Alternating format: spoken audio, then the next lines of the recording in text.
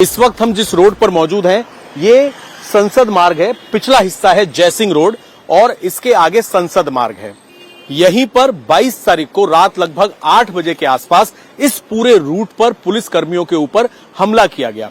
हमारे साथ नंद किशोर जी मौजूद हैं जो कि इंस्पेक्टर हैं और अभी फिलहाल हालत जो है पहले से बेहतर आपकी लग रही है, लेकिन हमने आपकी तस्वीरें देखी, सिर पर पट्टी बंधी हुई थी। नंद किशोर जी, अगर आप हमें समझा सकें 22 तारीख को इसी रूट पर आपके साथ कितने बजे क्या घटना घटी? 22 तारीख को लगभग 8 बजे की बात है, जब मैं पार्क होटल की तरफ से जंतर मंतर की तरफ जा रहा था तो वहां पर करीब 2-2.5 हजार लोगों की भीड़ थी। मुझे लगा स्टूडेंट्स हैं, मैं ड्यूटी के लिए जा रहा था अपनी पॉइंट पर। जो ड्यूटी पॉइंट था मेरा था जंतर मंतर, जहां पर धरना प्रदर्शन एरिया है। तो मुझे लगा स्टूडेंट्स हैं और मैं निकल के भी आ रहा था उनके बीच में से। तो मुझे थोड़ा सा जब आगे आया, आधा मैं क्रॉस कर लिया, तब तक तो कुछ भी दिक्कत नहीं हुई मुझे। तो उसके बाद धीरे धीरे वो चारों तरफ मुझे घेरने लगे, मोदी की पुलिस, मारो मारो इस टाइप से। और कुछ कह रहे थे कि पुलिस ने हम पर हमला किया है। मैं उनको समझाने की कोशिश किया कि कोई हमला नहीं कर रहा है, मैं सिर्फ जा रहा हूँ, मेरी ड्यूटी दूसरी जगह है। लेकिन उन्होंने नहीं सुना, फिर मुझे पीछे से लात घूसे मारना स्टार्ट कर दिया। और मुझे समझ नहीं आया, इतने ज़्यादा लोग थे वहाँ पर, 200-250 लोग मेरे चारों तरफ से मुझे घेर कर। फिर उन्होंने मारा पीटी, जो भी उनका वायलेंस करना था। उन्होंने मुंह पर कपड़े बांधे हुए थे, मेरी वर्दी फाड़ दी, मेरी चेन लूट ली, मेरा पर्स लूट लिया। तो मुझे ऐसा लगता है वो प्री प्लान तरीके से यहाँ पर ये करने के लिए ही आए थे। सर, हमने देखा कि चेहरे पर मास्क है, उनके पास हथियार किस किस तरीके के थे? क्योंकि आपके सिर पर कुछ नुकीली चीजों की भी निशान थे। किस किस चीज के हथियार आपने अपनी आंखों से देखे, क्या क्या लेकर आए हुए थे? सर, उनके पास लाठी थी, कुछ उन्होंने पेड़ की डंडियां मोटी वाली तोड़ी हुई थी, उसको हथियार बनाया था। कुछ के हाथ में सर नुकीली चीजें थी, जैसे चाकू छोटा टाइप से कुछ होता है, कटर टाइप से वो था। और जिस तरह से मुझे उन्होंने सर में चोट पहुंचाई, मुझे लगता है शायद उनके किसी के पास ब्लेड टाइप का भी कुछ था।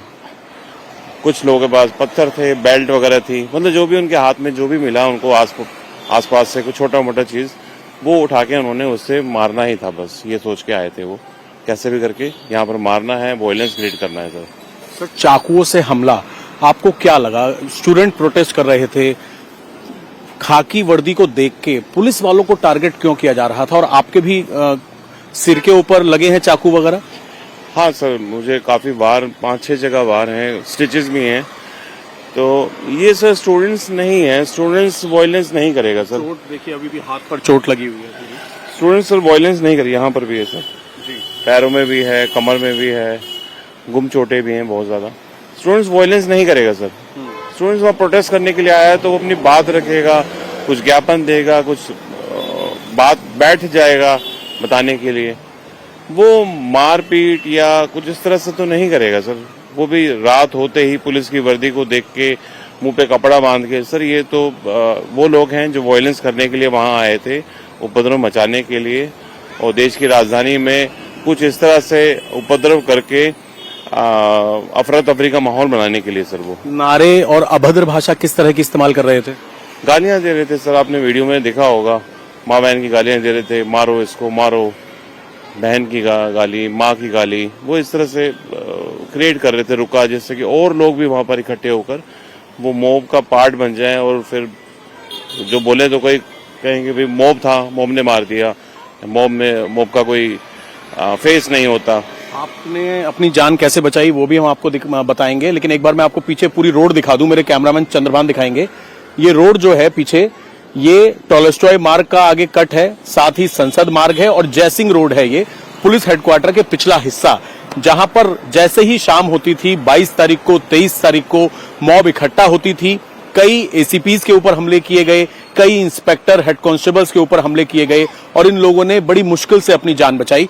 नंद किशोर जी, जान कैसे बचाई आपने? मैंने देखा भीड़ ने पूरा घेर लिया था, लगातार मारा जा रहा था, कैसे आपको रेस्क्यू किया गया? सर, मैं वहां से, मुझे लगा जब ये तो मारने की नीयत से कुछ ये इकट्ठे हो गए हैं तो, और मार रहे थे लगातार ना, तो मैं भागना चालू किया।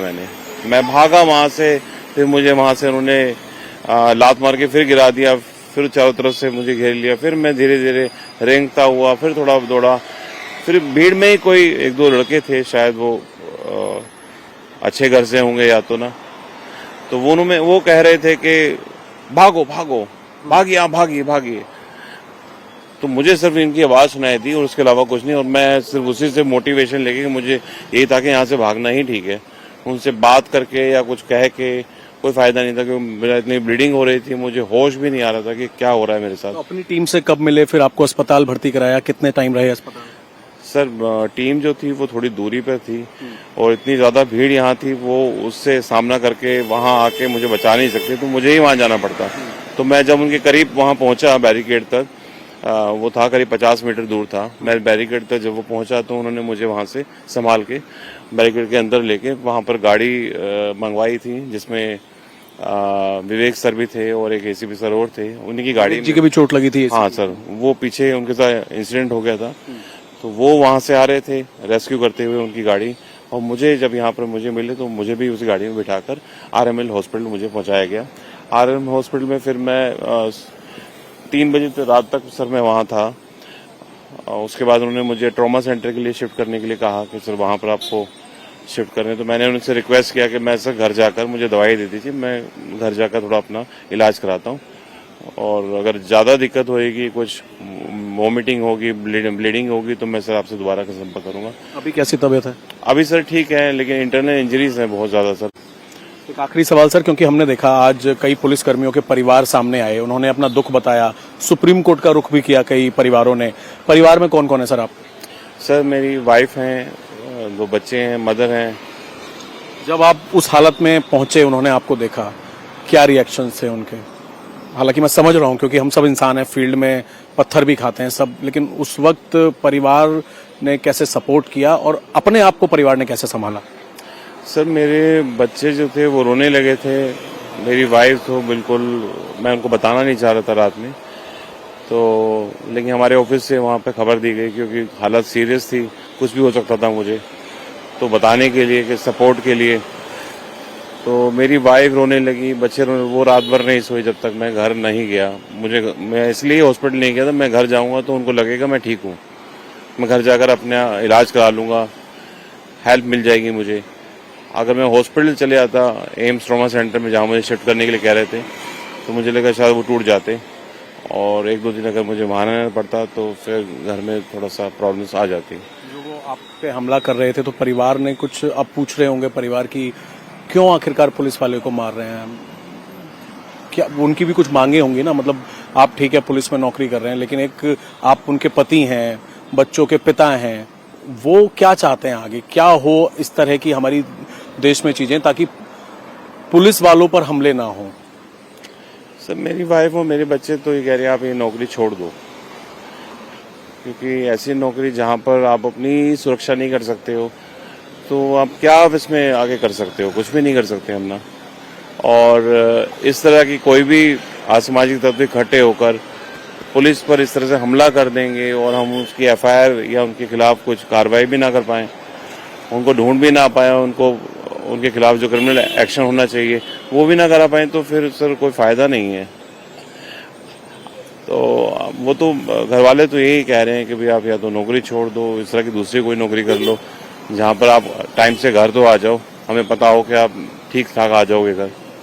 तो यहाँ तो कुछ पता ही नहीं है, कभी कुछ भी हो सकता है, क्योंकि प्रोटेस्ट के लिए दोबारा वो कह रहे हैं कि दोबारा करेंगे, फिर दोबारा भीड़ इकट्ठी हो जाएगी। हमें तो ड्यूटी के लिए आना है, आएंगे तो वो उनको लगेगा शायद हम दुश्मन है उनके। सर आप पर पूरे देश को फक्र है, गर्व है कि आपने अपने संसद की रक्षा की और अपनी जान की, पूरी तरीके से जान कुर्बान पे लगा दी आपने और संसद को बचाया।